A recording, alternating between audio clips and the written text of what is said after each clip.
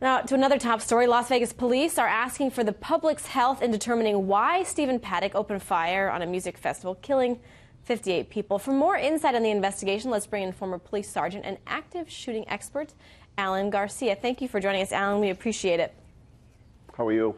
I just want to get your take this week. We've heard small snippets of Stephen Paddock's past. We've learned a little bit about his lifestyle, but really no word on the motive. And I'm sort of curious as to what was your takeaway after a week of breaking this all down?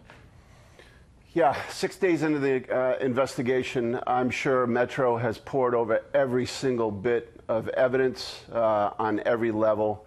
And like so many times when there's not a videoed manifesto or a written manifesto left, it's really all left up to conjecture. I mean, I've looked at over 90 of these things, and it's just so difficult to try to figure out what would motivate somebody to commit such a heinous crime. What do you think is most telling? I mean, we've learned a little bit about sort of that cryptic note that was left, although it wasn't a suicide note. It had no evidence of motive. I think it was actually just filled with numbers, and I'm sort of curious as to your reaction to that. Yeah, again, we've been, civilized man has been trying to figure out what makes other human beings do these criminally heinous things for a long, long time. We could put all the pieces together and still be so far off, in our hypotheses about it. This was a very, very bright guy, a mathematical brain. A couple of years ago, he made $5 million gambling in Las Vegas. I mean, these places aren't designed to lose that much money, yet this guy was making a living doing this. So I don't know, I just think somewhere along the line, his psyche broke.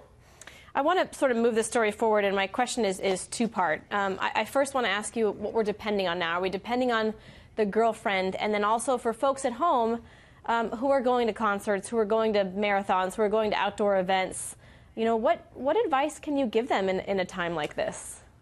Pardon the phrase that every boxing referee uses before a match. Protect yourself at all times. And what do I mean by that? Learn what situational awareness is. Learn what cover versus concealment is. In these venues, there are places, there are crush zones. Stay close to exits. Take a class. The federal government has a program called Stop the Bleed. My company has a program called START, so that teaches people, in the case that you're shot, how to save yourself. Simple stuff using tourniquets and hemostatic agents that are readily available now in sporting goods stores and in department stores. Mm-hmm. This is simple stuff. This is stuff that, again, we live in 2017 society. We live in a free and open society. And these things are going to continue to happen, unfortunately. Yeah, we just have to. We have to take. Go ahead. That you wish you didn't have to worry about. So I got your answer to the situational awareness. I do want to ask you before we go. From your experience moving forward, when we look at the investigation, we're really just depending on the girlfriend, on the ex-girlfriend. We need more information from her. Do you think we're going to get it? It looks like he kept her completely out of this situation. He put her on a plane.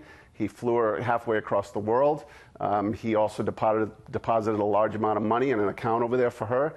I'm venturing a guess to say that she's probably not going to know anything about this. Interesting. All right, Alan Garcia, thank you so much for joining us, sir. We appreciate it. You're welcome. A perplexing story, and we've all been talking about it all week. Thank you, sir.